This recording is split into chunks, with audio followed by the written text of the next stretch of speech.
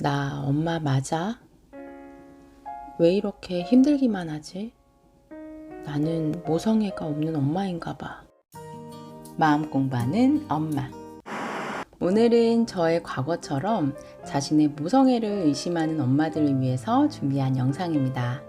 혹시 나는 모성애가 없는 엄마인 걸까? 내가 잘하고 있는 거 맞나? 나는 부족한 엄마인가 봐. 라는 생각들로 스스로를 의심하고 계신 엄마라면 도대체 왜 모성애가 생겨나지 않는 건지, 어떻게 하면 엄마의 사랑을 더욱 키워갈 수 있는 건지 그 방법을 끝까지 듣고 참고해 주시길 바랍니다. 사전을 찾아보면 모성애를 이렇게 표현하고 있습니다. 자식에 대한 어머니의 본능적인 사랑. 반면에 모성애는 여성의 본능이 아니라 사회적으로 만들어져 주입된 역사적인 산물이라는 주장도 있습니다. 사실 저는 아이를 낳기 전에는 엄마라면 당연히 아이를 향한 사랑이 마구마구 샘솟아야지 라는 생각을 했었거든요. 그런데 막상 첫 아이를 낳고 보니까 이건 사랑의 감정이 우선이 아니라 굉장히 얼떨떨하고 당황스러운 느낌이 컸어요. 저 아이가 내 아이 맞아? 이건 뭐지? 내가 엄마 된 거 맞아? 이런 당황스러운 느낌과 함께 여러 가지 통증과 여러 가지 신체적인 변화가 너무너무 고통스럽고 힘들었습니다.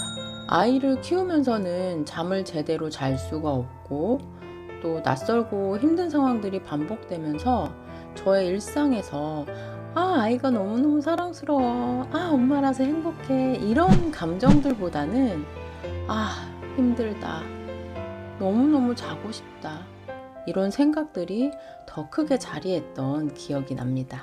아마도 많은 초보 엄마들이 저처럼 내가 꿈꿔왔던 모성애와 또 현실의 육아 사이에서 굉장히 많은 괴리감을 느끼면서 괴로워하거나 또는 죄책감을 느끼는 경우가 많이 있으실 텐데요.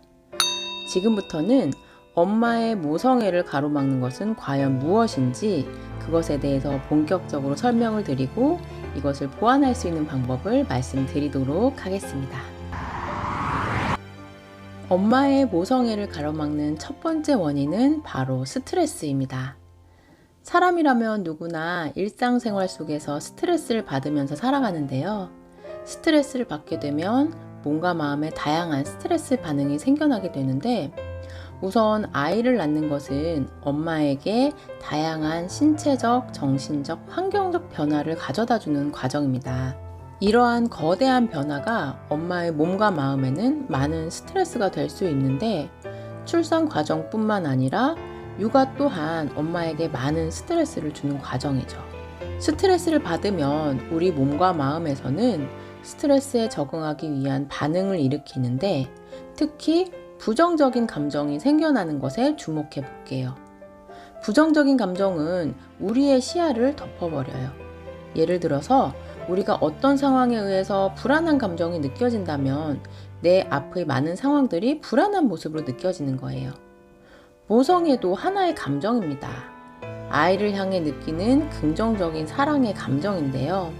하지만 부정적인 감정이 올라와서 시야를 막고 있을 때에는 긍정적인 시각을 찾기가 어려워지고 아이를 향한 사랑의 감정 또한 샘솟기가 어려운 상황이 되는 거죠. 그래서 엄마는 자신의 스트레스나 감정을 알아차리고 그것을 해소해주고 다뤄주는 시간을 가질 필요가 있습니다. 만약 육아가 너무너무 힘들다면 누군가의 도움을 받으면서 여유를 찾으려는 시도를 해나갈 필요도 있습니다. 엄마의 모성애를 가로막는 두 번째 원인은 바로 내면에 쌓인 미해결 과제입니다. 우리의 내면에는 과거에 충족되지 못했던 욕구나 해소되지 않았던 감정이 숨어져 있습니다. 이것은 육아를 하면서 예기치 않게 불쑥불쑥 튀어나올 수가 있는데요. 앞에서 말씀드렸던 스트레스 상황에 의해서 감정이 흔들리거나 자극을 받아서 올라오기도 하고, 또는 그것과 비슷한 상황을 만났을 때 해결되지 못한 과제가 수면 위로 올라와서 어떤 기억이 떠오를 수도 있고, 아니면 특정 기억이 떠오르지 않더라도 감정적으로 또는 신체적으로 흔들리면서 반응하는 경우가 생기게 됩니다. 이것은 과거에 돌봐주지 못했던 상처를 보살펴주고 충족시켜 달라는 내면의 요구인데요.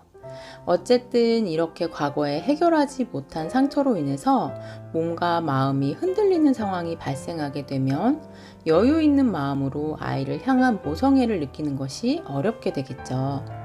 그런데 육아는 수많은 나의 과거를 만나는 과정이기도 해요.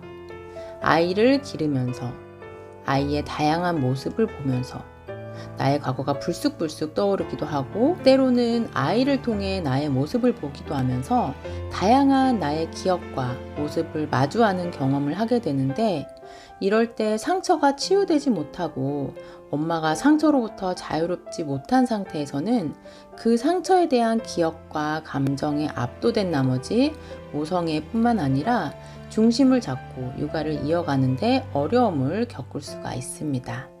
그래서 아이에게 건강한 사랑을 전해주기 위해서는 자신의 과거를 돌아보고 상처를 치유하려는 시도들이 필요하다는 말씀을 드리고 싶습니다. 엄마의 모성애를 가로막는 세 번째 원인은 바로 모성애에 대한 이상적인 가치입니다. 어쩌면 우리는 엄마라는 존재를 생각할 때 너무 아름답고 이상적인 모습을 상상하게 되는지도 모르겠어요.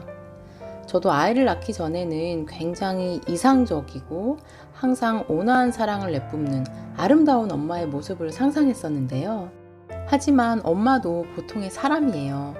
물론 아이를 보자마자 처음부터 사랑의 감정이 샘솟는 분들도 계실 수도 있겠지만, 저처럼 처음에는 굉장히 얼떨떨하다가 서서히 아이와 시간을 보내고 적응을 하면서 아이를 향한 사랑을 찾아가시는 분들도 분명히 있습니다. 그리고 아이를 키우다가도 때로는 육아가 너무너무 힘든 나머지 사랑의 감정이 어딘가로 숨어버리고 화라던가 다른 부정적인 감정이 엄마를 덮어버릴 때도 있습니다. 이렇게 다양한 모습들이 내재되어 있고 다양한 감정이 왔다 갔다 흘러가는 것은 지극히 인간다운 자연스러운 모습인데요. 이러한 인간다운 모습을 부정한 채 너무 이상적인 모성애를 쫓아가다 보면 이것은 오히려 더 많은 긴장을 낳게 되고 엄마 스스로를 더욱 힘들게 하는 원인이 되면서 또 다른 스트레스를 가져와서 모성애를 막는 결과를 낳습니다. 따라서 엄마는 자신의 인간다운 모습을 인정하고 최대한 자신을 이해하는 가운데 자신을 돌보고 여유를 찾으려는 시도가 필요하고요. 이런 여유를 가지고 아이와 함께 그 순간에 머무르면서 나의 속도로 나의 육아에 익숙해지고 적응해 갈 수 있을 때 엄마 안에 이미 존재하는 사랑의 에너지가 피어나올 수 있다는 것을 기억해 주시길 바랍니다. 혹시 모성애가 뭐지? 나는 이상한 엄마인가? 라는 생각이나 죄책감에 빠져 계신다면 이미 이런 고민을 하고 계시는 것 자체가 더 좋은 엄마가 되고 싶다는 욕구의 표현인 거고요. 그 이면에는 아이를 향한 사랑의 마음이 숨어져 있음을 기억해 주시길 바랍니다. 지금부터 해야 할 것은 자기만의 속도로 자기만의 엄마됨을 만들어 가시면서 불쑥불쑥 찾아오는 아이를 향한 사랑의 감정을 만나고 느껴보는 여정이라는 것을 기억해 주세요.